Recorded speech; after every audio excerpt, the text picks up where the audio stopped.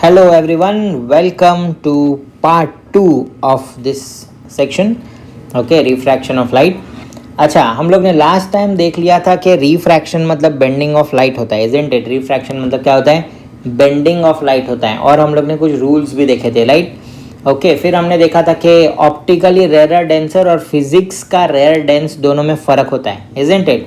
आज हम लोग देखने वाले हैं कुछ कुछ कंसेप्ट्स। ओके, मस्त मस्त एकदम ट्विंकलिंग ऑफ स्टार्स देखेंगे, मिराज देखेंगे, राइट?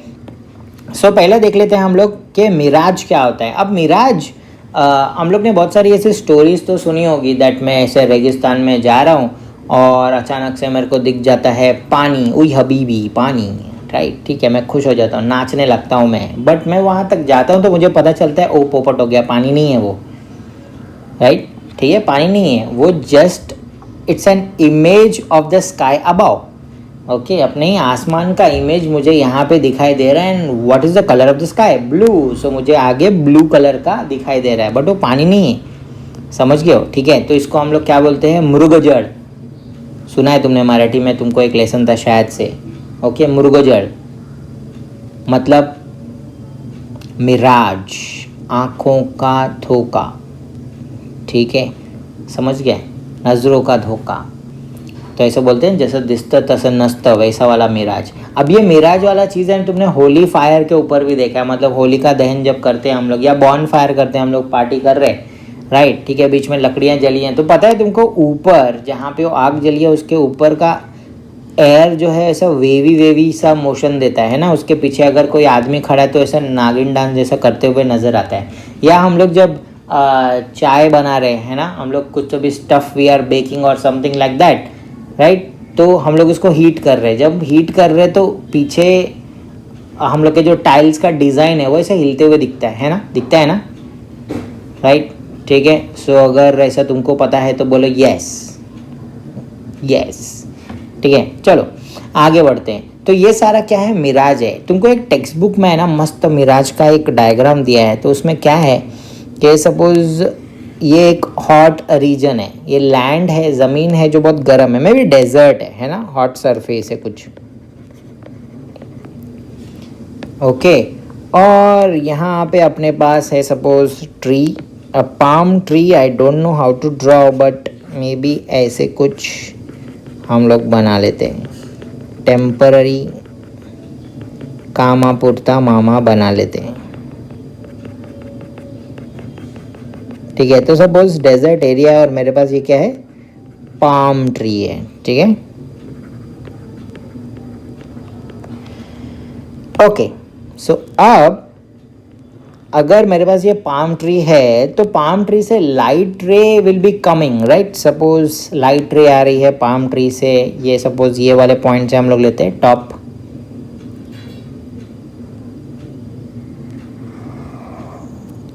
ओके, इस डायरेक्शन में ऐसे। ठीक है, अभी ऐसे क्यों गया मैं बताता हूँ। ऐसा इसके लिए गया बिकॉज हॉट सरफेस की वजह से यहाँ पे हॉट एयर है, इजंट इट? ठीक है, और यहाँ पे कूल एयर। तो तुमको पता है because of convection, convection current मालूम है तुमको? गर्म चीज़ें ऊपर जाती हैं, ठंडी चीज़ें नीचे आती हैं, है ना? गर्म चीज़ें ऊपर जाती है, ठंडी चीज़ें नीचे आती हैं। सपोज मैं यहाँ पे हूँ, अगर यहाँ पे कोई पर्सन है, ठीक है, ऐसे कुछ तो भी हो, ऐसे ऐसे जगह पे है, राइट? तो वो देखता है कि मेरे साइड मतलब मेरे पास आ रही है कोई light, isn't it? Light is coming towards मी। और अब वो क्या करता है पता है? ये इस लाइट को है ना ऐसे सोचता है उसका दिमाग कि शायद यहाँ से कहीं से तो आ रही होगी। ओके, सेम फंडा जो हम लोग ने सीखा था पहले भी कभी तो, है ना, वर्चुअल इमेज के टाइम पे 10 स्टैंडर्ड ओ सर 9 स्टैंडर्ड में, है ना? सो अब क्या होता है पता है? ऐसा ही एक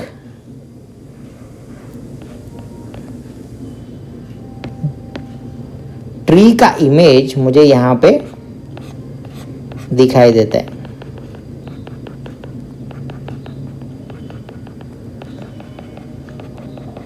उल्टा ट्री।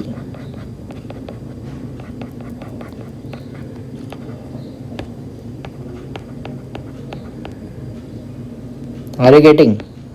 ठीक है। सो ऐसा कुछ इसका टॉप इधर दिखाई देता है। ओके, एग्जैक्टली सेम साइज़ का दिखाई देगा। वो तो मेरे ड्राइंग के वजह से तुमको बड़ा छोटा दिख रहा है, बट सेम साइज़ का दिखाई देगा, है ना। ओके, सो ये इमेज है ना, मेरे को दिखाई देगा। मेरे को ऐसा लगेगा कि ट्री के नीचे ट्री है। ओके, और ये इमेज किधर दिखाई दे रहा है तुमको पता है? ये ज़मीन पे दिखाई दे रहा है। ओके, ग्राउंड पे दिखाई दे रहा है। The light rays coming from a distant object appear to be coming from the image. Okay, देखो, the light rays which are coming from a distant object, बहुत दूर के ऑब्जेक्ट से अगर कोई लाइट रे आ रहा है, from a distant object, distant मतलब दूर। ओके, दे अपीयर, अपीयर मतलब ऐसा लगता है, appear to be coming from the image, image से आते हुए लगता है, फ्रॉम द इमेज। कौन सा image? Of the object, of course, inside the ground.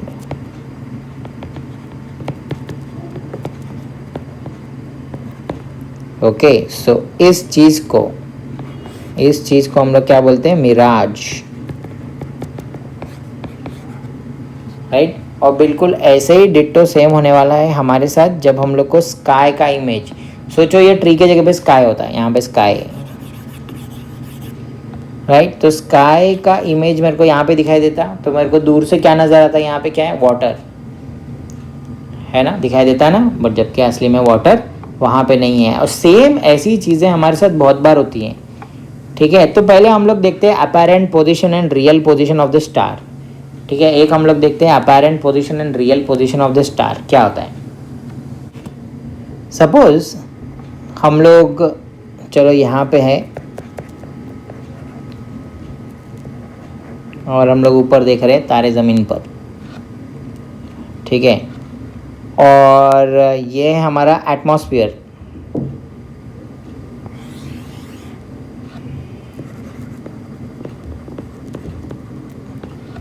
Okay, तो सपोज ये स्टार है यहाँ पे, ठीक है, ट्विंकल ट्विंकल लिटिल स्टार। तो एक्चुअली स्टार हमारे लिए एक पॉइंट सोर्स ऑफ लाइट है। स्टार हमारे लिए क्या है? पॉइंट सोर्स ऑफ लाइट है। क्यों? क्योंकि बहुत दूर है। ओके, सेल्फ लुमिनेंट ऑब्जेक्ट है, खुद से खुद का रोशनी करता है, लेकिन बहुत दूर है। और बहुत दूर से आने वाले लाइट रे को हम लोग क्या पकड़ते हैं? Parallel light coming towards us, and वो भी एक छोटे से डॉट से, है ना, राइट। सो एटमॉस्फेयर में जाते ही ये बेंड होगा, इजंट इट? ये बेंडिंग क्यों है? ये है रिफ्रैक्शन। ओके, ये रिफ्रैक्शन की वजह से बेंड है, पता है ना, टूवर्ड्स द नॉर्मल बेंड हो जाता है, राइट। असल में जाना चाहिए था ऐसे, राइट, बट ये बेंड हो गया, टूवर्ड्स द नॉर्मल चला गया। अब क्योंकि मुझे लाइट रे मेरी तरफ इस डायरेक्शन में आती हुई दिख रही है, ओके, तो मैं क्या एज्यूम करता हूँ? ये मेरी तरफ ऐसे सीधे आ रहा है, मतलब मैं एज्यूम करता हूँ कि शायद यहाँ से आ रहा होगा लाइट। ओके, मेरा दिमाग ये नहीं सोच पाता है कि लाइट बेंड हुई, ये वो। हमारी आंखों को क्या है? हमारे जैसा दिखा वैसा, है ना, ठीक है, वो प्रूफ, जो दिख गया वो प्रूफ, ठीक है। असली में क्या है उससे कुछ लेना देना नहीं, राइट। ओके, उसको नहीं पता जैसा दिसता तैसा नसता, वैसा नहीं है, ठीक है। जैसा दिख गया वैसा हम लोग मान लेते हैं। सो अब लाइट रे मेरी तरफ इस डायरेक्शन में आती हुई मेरे को नज़र आ रही है। मेरा दिमाग क्या करता है? बैक ट्रैक, है ना, पीछे। लाइट रे अगर इस डायरेक्शन में आ रही, मतलब पक्का वहाँ पे कुछ तो भी होगा, है ना। सो ये जो स्टार है अब, ठीक है, ये है actual position of the star, isn't it? This is actual position of the star. And what is this जो हमको दिख रहा है? इसको हम लोग बोलते हैं apparent position of the star. समझ रहे हो? अपैरेंट मतलब जैसा हमको नजर आ रहा है, ठीक है। अब इसी में मैं आपको 2 मार्क का गिव रीजन बताना चाहूंगा, ठीक है। अच्छा बताओ, ये जो बेंडिंग ऑफ लाइट है, राइट, ये जो रिफ्रैक्शन है किसके वजह से हुआ? Because of atmosphere, isn't it? Correct है ना, ठीक है। सो एटमॉस्फेयर में जैसे जैसे हम लोग एयर का, अच्छा ठीक है, एटमॉस्फेयर में भी मेरे को पता है कि एयर का लेयर्स रहता है, isn't it? Atmosphere is made up of layers. Atmosphere में क्या है? लेयर्स है। एटमॉस्फेयर में क्या है? लेयर्स है। तो सबसे ऊपर जो एयर रहेगा उसका डेंसिटी सबसे कम रहेगा, मतलब वेरी वेरी ऐसा दूर दूर पार्टिकल्स। थोड़े इसमें जाएंगे तो डेंसिटी बढ़ेगा और बढ़ेगा, सबसे ज़्यादा बढ़ेगा, इजंट इट? ठीक है। So because of varying density, because यहाँ पे डेंसिटी चेंज हो रहा है, ये लाइट जो है ना बेंड बेंड होते जाते हैं। देखो वैक्यूम से आया, फ्रॉम रेयर टू डेंसर, तो थोड़ा बेंड हुआ होगा, थोड़ा बेंड, फिर और बेंड, फिर और बेंड, समझ रहे तुमको? ठीक है। तो जब इसको एक पर्टिकुलर एंगल से एक जूम ऐसा करके देखेंगे तो हमको एक कर्व दिखेगा, असल में वो इतने बार बेंड हो रहा है, एक बार बेंड, फिर और एक बार बेंड, फिर और एक बार बेंड, फिर और एक बार बेंड। ठीक है, ये टेक्स्ट बुक में नहीं है, इतना समझने के लिए मैं सिर्फ बता रहा हूँ कि कर्व क्यों दिख रहा है। वो कर्व इसके लिए दिख रहा है बिकॉज इतने बार वो बेंड हुआ है, इजंट इट? ठीक है। So as the density of air increases with lowering height, जैसे जैसे मैं सरफेस ऑफ द अर्थ पे जाऊंगा, ओके, वैसे वैसे डेंसिटी ऑफ एयर बढ़ते जाता है। So therefore refractive index also increases, refractive index भी बढ़ता है।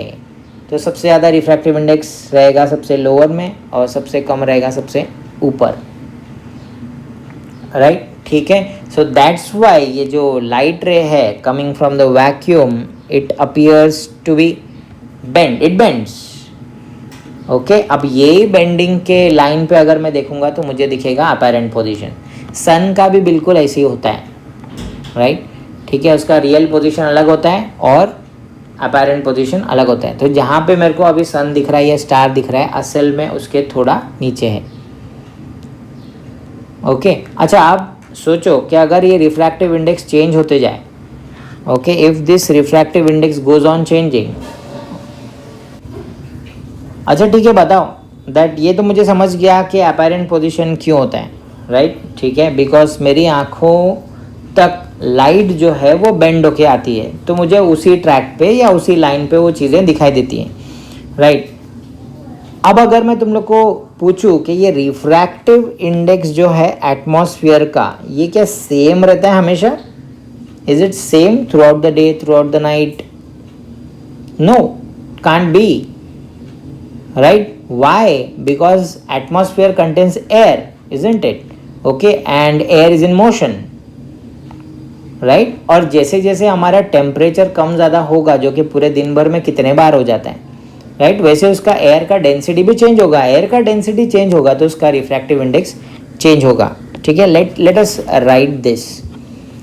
Okay, so there is a motion of atmospheric air, okay, there is change in air density and temperature, okay, and because of this and therefore refractive index is a very dynamic thing, right? It keeps on changing continuously.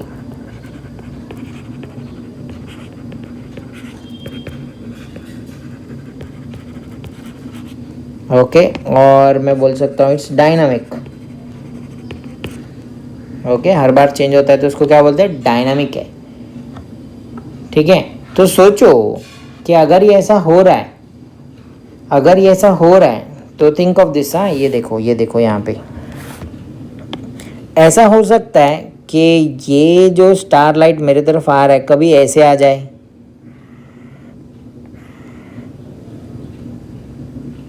है ना? क्योंकि refraction का degree change होगा, right? Refraction कितना होगा वो change होगा, right? अगर ये ऐसे आया तो अब मुझे बताओ कि स्टार का लाइट तो मेरे आंखों पे नहीं आ रहा है, ओके, तो उस समय स्टार का इंटेंसिटी मतलब ब्राइटनेस मेरे लिए क्या हो जाएगा? कम हो जाएगा। फिर थोड़ी देर बाद शायद से सब कुछ ठीक हो जाए, रिफ्रैक्टिव इंडेक्स वापस से नॉर्मल हो जाए और फिर से मेरे आंखों पे ऐसा लाइट आए, तो इस समय स्टार का ब्राइटनेस मुझे पूरा दिखाई देगा, राइट? और पोजीशन भी अलग होगा, इजंट इट? ठीक है. So it means that I can write like this, that because of this refractive index may change, because of this change the position, the brightness of the star keeps changing continuously, right? Okay, and the star appears twinkling.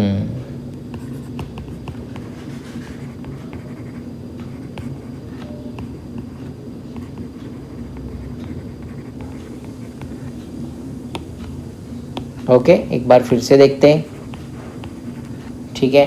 सो सबसे पहला atmospheric refraction. ठीक है, ये किसका example है? Atmospheric refraction का example है. Okay, as we move closer to the surface of the earth, okay, as we move closer to the surface of the earth, density of particle in the atmosphere will go on increasing. Because of that refractive index will go on increasing. ठीक है, and hence the light ray coming from the vacuum bends in our atmosphere. Number one. Number second, motion of the atmospheric air, okay, is random. It keeps on changing regularly, right? Because of that the density of the air changes. Also in the atmosphere that there are temperature changes. Because of all three of these factors refractive index keeps on changing continuously. And now if refractive index goes on changing, the position and brightness of the star keeps changing, and therefore it appears to be twinkling. Twinkle twinkle little star, how I wonder what you are, right? आगे तो गाना चालू कर देंगे. Up above the world so high like a diamond in the sky. अगर ऐसा है कि स्टार्स ट्विंकल करते हैं, ओके, या लाइट रेज हमारे तक आते टाइम बेंड हो जाती है, सन का भी बेंड होता है, सन इज अ स्टार क्यों ट्विंकल नहीं करता है? बिकॉज वो बहुत नज़दीक है. सेम रीज़न प्लैनेट के लिए भी है.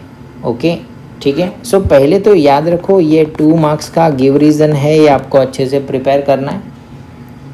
ओके, एंड अब हम लोग देखते हैं कि प्लैनेट्स ट्विंकल क्यों नहीं करता. Why planets do not twinkle. ठीक है, सबसे पहला प्लैनेट्स हमारे बहुत नज़दीक है, राइट? तो वो पॉइंट सोर्स ऑफ लाइट नहीं है, right? So planets are closer, therefore they are not point sources, right? Therefore they do not appear.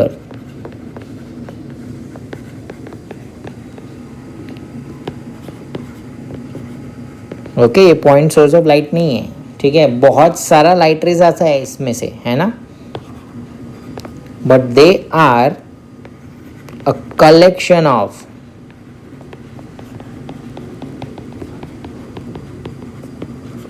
और पॉइंट सोर्सेस, इजंट इट? ठीक है, मतलब अगर सपोज मेरे पास ये प्लैनेट है और ये मैं हूँ और ये एटमॉस्फेयर है, राइट? सो अगर एक पर्टिकुलर लाइट रे, यहाँ से देखो बहुत सारा लाइट रेज निकलेगा, isn't it?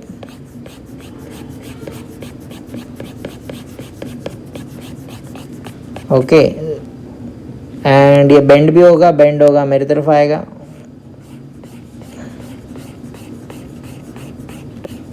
Right? Now think that if some of the light ray are not coming towards me, then some other will come towards me, isn't it? Okay, even if the refractive index changes, अगर atmosphere का refractive index change हुआ, फिर भी कुछ light रे अगर मेरे तरफ नहीं पहुंचे तो कुछ बाकी के पहुंच जाएंगे, isn't it? ठीक है, so total amount, the average, okay, average light ray coming to me will be same and therefore brightness will not change. Okay, इसको तुम्हारे टेक्स्ट बुक में कैसा लिखा हुआ है कि changes in atmosphere refractive index की वजह से, right, brightness of individual point source of light change होता है, बराबर है, राइट? जैसे कि स्टार में हुआ था, because of changes in atmospheric refractive index the position and brightness of individual point source change, but the average position and the total average brightness will remain same. बराबर, एक पॉइंट सोर्स या 2 या 3 या 4 point source का brightness change होगा, ठीक है, मान लिया, बट बाकी लोगों का क्या होगा, राइट? इतने सबका एक साथ थोड़ी ना चेंज होगा, तो कुछ तो लाइट रे मेरे तरफ आएगी, इजंट इट, है ना? तो इसके लिए हम लोग को वो नहीं चमकता हुआ दिखता है। तो हम लोग यहाँ पे लिख लेते हैं कि because of change in atmosphere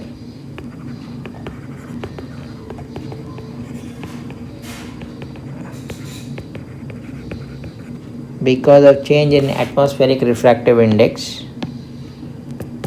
the position and brightness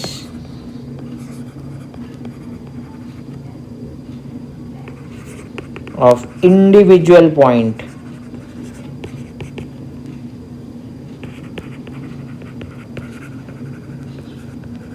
change, but what about the average?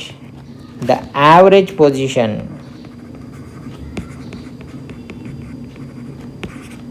and total average brightness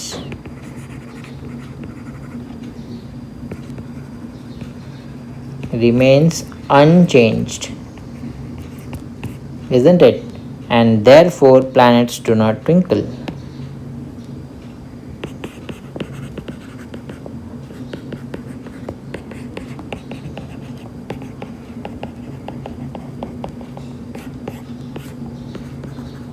Two marks, give reason, right? ठीक है, सो प्रिपेयर इट वेल। आगे हम लोग जाते हैं early sunrise and delayed sunset पे। Early sunrise and delayed sunset, ठीक है, आपको पता है सनराइज होने के बाद ओके एक्चुअल में सनराइज होता है, ठीक है, एंड सनसेट होने से पहले एक्चुअली सन सेट हो चुका होता है, ठीक है। सो ज़रा समझते हैं। बाय द वे पहले हम लोग देखते हैं what do you mean by sunrise. Sunrise मतलब हमको सन दिखा हॉराइजन पे तो हम लोग बोलते हैं सनराइज हो गया। What is horizon?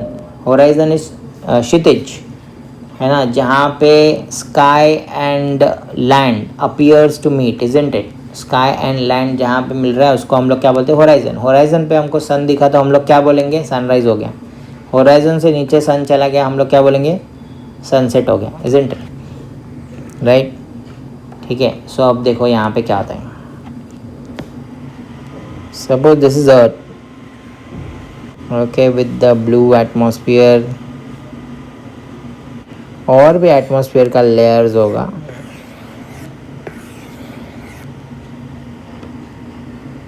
And suppose this is सन,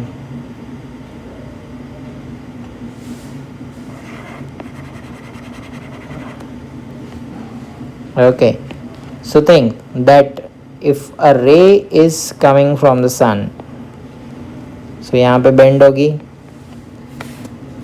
यहाँ पे बेंड होगी, और यहाँ पे मुझे दिखाई देगा, सपोज मैं यहाँ पे हूँ, ठीक है। अब light coming towards me is in this direction, so मैं इसको बैक ट्रैक करूँगा और मेरा दिमाग बोलेगा शायद यहाँ से लाइट रे आ रही है। Okay, so what is this? This is apparent position of the sun, and actually this is real position of the sun. तो मेरे को बात बताओ, ये मेरे लिए होराइजन है, isn't it? ओके, ये मेरा आई लेवल है, ये मेरा आई लेवल है, सो ये मेरा क्या है? होराइजन है। ओके, एक्चुअली सन होराइजन को टच भी नहीं किया अभी तक, है ना, मेरे को दिखना भी नहीं चाहिए, बट मेरे को दिख रहा है। Okay, why? Because of this bending of light, isn't it? Correct है, सही बोल रहा हूँ मैं? तो ऐसे मुझे कुछ मिनट पहले सन दिख जाता है, और सन सेट होते समय भी एक्चुअली सन सेट हो गया, ठीक है। मैं अगर यहाँ पे देख रहा हूँ इधर मुड़ के, तो एक्चुअली सनसेट हो गया, लेकिन फिर भी सन मुझे यहाँ पे दिखाई देगा, राइट। सो इसको हम लोग क्या बोलते हैं, early sunrise and delayed sunset. Early sunrise and delayed sunset. Okay, it's like your mom and granny telling you that जल्दी जल्दी उठो, 6 बज गया, जब 5:30 ही बजा रहता है तभी, है ना। You know the feeling, right. So ये बिल्कुल ऐसे ही होता है। सन डायरेक्टली हमको पहले ही दिख जाता है, असल में वो अभी तक सनराइज नहीं हुआ, इजंट इट। ओके, सो ये याद रखो। So the light rays are able to reach us along the curved path due to refraction. Okay, but sun actually बाद में आता है, later on, ठीक है। So this happens because of refraction of light. Okay, so कोई अगर तुमको बोले कि give me 3 examples of atmospheric refraction,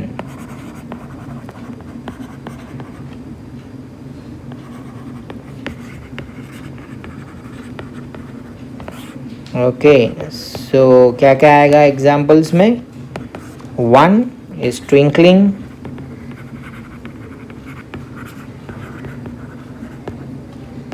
second is apparent position,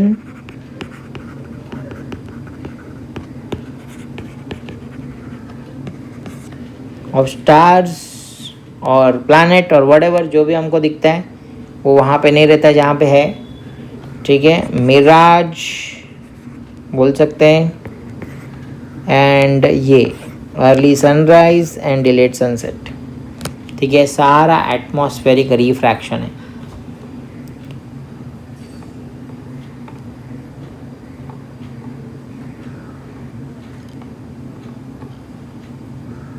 ठीक है। Okay, so let's have few numericals where हम लोग पिछले वाले कंसेप्ट का इस्तेमाल करके कुछ क्वेश्चन सॉल्व करेंगे, राइट। सो लास्ट टाइम के वीडियो में हम लोग ने देखा था about absolute refractive index, isn't it. So let's solve a particular question on it. Question number 4A, if the speed of light in a medium,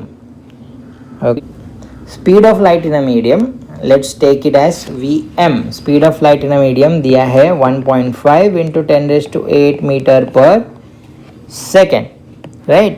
and question पूछा है what is absolute refractive index of the medium। okay, so to find is absolute refractive index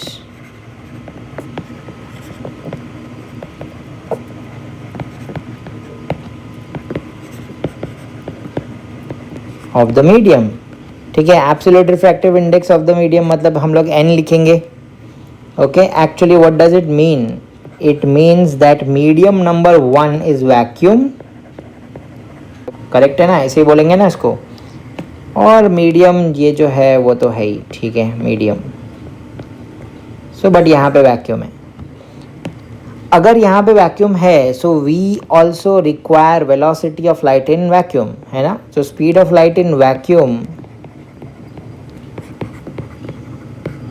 इसको कहीं कहीं पे बहुत सारे teacher लोग C भी लिखते हैं, ठीक है। Is 3 into 10 raised to 8 metre per second, okay. ये हमको याद रखना है। Speed of light in vacuum 3 lakh kilometre per second और 3 into 10 raised to 8 metre per second. और मेरे पास फार्मूला के नाम पे सिर्फ एक ही फार्मूला है, refractive index of medium 2 with respect to 1 is equal to velocity of light in medium 1 upon velocity of light in medium 2। So absolute refractive index के लिए हम लोग क्या करने वाले हैं, ये होगा मीडियम, ये होगा वैक्यूम, तो velocity of light in vacuum upon velocity of light in the medium,